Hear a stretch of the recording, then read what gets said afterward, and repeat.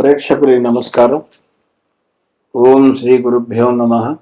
ఉచ్చిష్ట మహాగణపతి దేవతాభ్యో నమ. ఆదిశంకరాచార్య దేవతాభ్యో నమ. కేఎస్ కృష్ణమూర్తి దేవతాభ్యో నమ.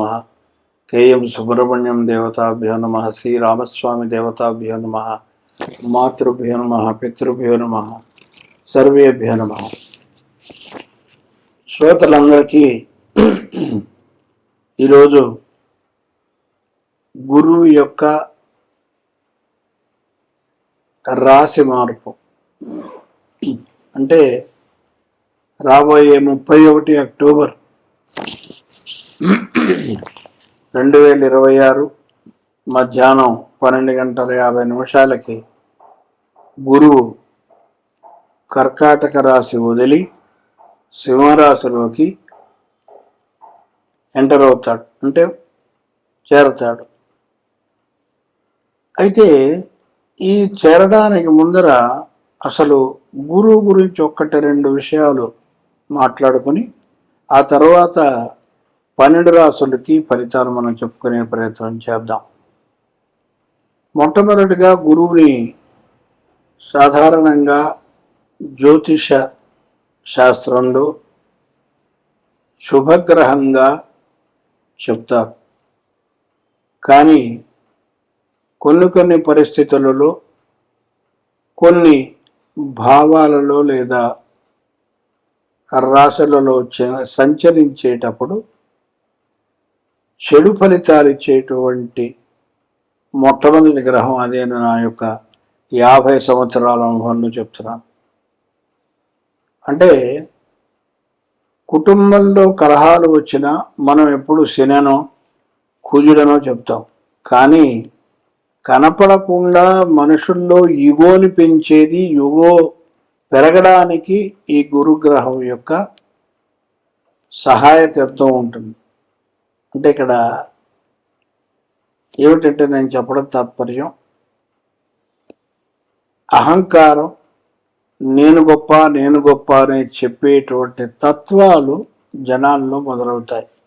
ముఖ్యంగా ఈనాటి ఐటీ ఇండస్ట్రీలో ఉన్నటువంటి భార్యాభర్తల్లో ఎక్కువ ఇది రావడం మూలంగా విడాకుల దాకా వెళ్ళేటువంటి పరిస్థితులు రావడం, వాళ్ళు మా దగ్గరికి రావడం, మేము మాకు తోచినటువంటి కౌన్సిలింగ్, తర్వాత చిన్న పరిహారాలు చెప్పి వాటిని ఇద్దరిని కలిపేటువంటి ప్రయత్నం మాత్రం చేసేటువంటి అవకాశం నాకు అమ్మవారు ఇచ్చినందుకు చాలా సంతోషిస్తున్నాను. ఏమైతే సహజ భచక్రంలో నవమ వ్యయాధిపతి గురువు. 9 అంటే పూర్వపుణ్యం, హైయర్ ఎడ్యుకేషన్, తండ్రి, తర్వాత రిలీజియస్ అంటే ధార్మిక సంబంధమైనటువంటి వ్యవహారాలు, ఇవన్నిటిని కూడా గురువు ఇస్తాడు. 12వ భావం 9తోటి కలిపితే దూర దేశ ప్రయాణాలకు కూడా ఈయనే సహజ కారకుడు. ఇది చాలామందికి తెలియకపోవచ్చు. మా ఎంఏ జ్యోతిషం పొట్టి శ్రీరామ యూనివర్సిటీలో మా దగ్గర చదువుకున్న ప్రతి విద్యార్థికి ఈ విషయం తెలుసు. అయితే ఇప్పుడు ప్రస్తుతం రేపు అక్టోబర్ 31, 2026 మధ్యాహ్నం 12:50 గురువు సింహరాశిలో ప్రవేశించడం, దానివల్ల ఫలితాలు ఒక్కొక్క రాశికి చెప్పుకుందాం. ఇక నెక్స్ట్ సింహరాశి. లగ్నంలో గురువు సంచారం. గురువు పంచమ, అష్టమ అధిపతి లగ్నంలో ఉండడం మూలంగా పిల్లల మూలకంగా కొంతమందికి అయితే, కొంతమందికి ప్రేమపూర్వకంగా అంటే లవ్ అఫేర్స్లో కానీ ఇబ్బందులు ఏర్పడేటువంటి అవకాశం కనపడుతుంది. అలాగే ఇది మిత్రరాశి అయినప్పటికీ, గురువుకి మంచి స్థానం అయినప్పటికీ కూడా ఇట్లాంటి చిన్న నెగిటివ్ ఆస్పెక్ట్స్ ఉండేటువంటి అవకాశం ఉంది. అయితే గురువు తన సప్తమ దృష్టిని కుంభం అంటే 6వ భావం మీద 7వ భావం మీద చూపిస్తున్న మూలంగా సప్తమ దృష్టి ఉండడం మూలంగా వీరికి అప్పుడప్పుడు అంటే కళత్రంతో ఇబ్బందులు ఏర్పడతాయి. అంటే భార్య అయితే భర్తతోటి, భర్త అయితే భార్యతోటి కొంచెం స్పర్ధలు వచ్చేటువంటి అవకాశం ఉంటుంది, తగాదాలు ఉంటుంది. అందువరకు నేను చాలాసార్లు మన ఛానల్స్లో చెప్తూ వచ్చాను, కోపం వస్తే అరవడం కంటే మాట్లాడకుండా చెప్పులు వేసుకుని మనం బయటికి వెళ్ళిపోయి 5 నిమిషాలు అలాగా బయట కాలం గడిపి మనకు వచ్చినట్టయితే కాలం మారిపోతుంది. మనం యథావిధిగా మన సంసార జీవితాన్ని సామరస్యంగా నడుపుకోవచ్చు అనేటువంటి ప్రాక్టికల్ పాయింట్. తర్వాత కన్యరాశి, ముఖ్యంగా అన్ని రాశుల వాళ్ళకి వరుస క్రమంలో మనం చెప్పుకున్నట్టయితే మొట్టమొదటిగా శ్రీరాజమాతంగ్యై నమః అనేటువంటిది ఉద్యోగం కొరకు,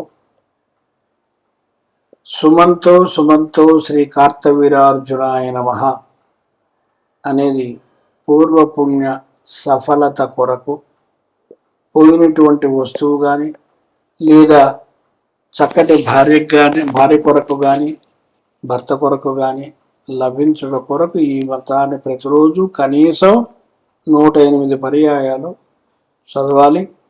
అలాగే వీలైతే 2-3 గంటలు దీన్ని జపం చేసుకుంటూ వెళ్ళినట్టయితే తప్పనిసరిగా మీరు అనుకున్నటువంటి పనులు అవుతాయి. అలాగే ప్రతి మంగళవారము లేదా శనివారము ప్రతి ఒక్కరూ, హిందువు అయినటువంటి ప్రతి ఒక్కరూ కూడా హనుమాన్ చాలీసాను 11 సార్లు ఒకే సిట్టింగ్లో అంటే కూర్చున్న తర్వాత కదలకుండా ఒకేసారి 11 సార్లు మనం ఆ హనుమాన్ చాలీసాను చదువుకుని 40 రోజులు దీక్ష కనుక పెట్టినట్టయితే మీకు ఖచ్చితంగా 41వ రోజు దాని యొక్క నిదర్శనం అనేటువంటిది 100% కలుగుతుంది. ఇది మా అనుభవం. తర్వాత విష్ణు సహస్ర నామ పారాయణం, ఇది కూడా తప్పనిసరిగా ప్రతి ఒక్కరూ క్రమం తప్పకుండా పొద్దున సాయంత్రం, కనీసం సాయంత్రం పూట సూర్యాస్తమయం అవ్వంగానే స్నానం చేసుకుని చక్కగా ఈ పారాయణం మీరు చేసినా లేదా విన్నా ఎన్నో రెట్ల శుభ ఫలితాలు కలుగుతాయని చెప్పడంలో ఏమాత్రం సందేహం లేదు. ఇంకా చివరిగా ప్రతి ఒక్కళ్ళు కూడా మనకేదో లాభం జరిగితేనే దేవుడి దగ్గరికి వెళ్ళాలి అనేటువంటి విధానాన్ని మానుకొని ప్రతి ఒక్కరూ కూడా గుడికి వెళ్ళేటువంటి అలవాటు నేర్చుకోండి, నేర్పండి. ఎందుకంటే ఇతర మతస్థులు చూడండి, వాళ్ళు ఎంత కట్టుబాటుగా ఉంటారో. ఒక్క హిందూ మతస్థులు కొంచెం వాళ్ళతో కంపేర్ చేసుకుంటే తగ్గింది అని చెప్పడానికి బాధగా ఉంది. దయచేసి నన్ను అపార్థం చేసుకోకుండా ఈ ఛానల్ ద్వారా మీరు ఇంకా రాబోయే కార్యక్రమాలని తిలకిస్తూ మీ అమూల్యమైనటువంటి సూచనలని, మీ అభిప్రాయాలని నేను మీకు జవాబు రూపంలో ఇవ్వడానికి సిద్ధంగా ఉన్నానని ఈ ఛానల్ తరఫున మీకు నమస్కారం చెప్తున్నాను. మళ్ళా నా యొక్క ఫోన్ నెంబరు ఇందులో ఇవ్వబడింది. నా పేరు డాక్టర్ వివి రవి. నమస్కారం.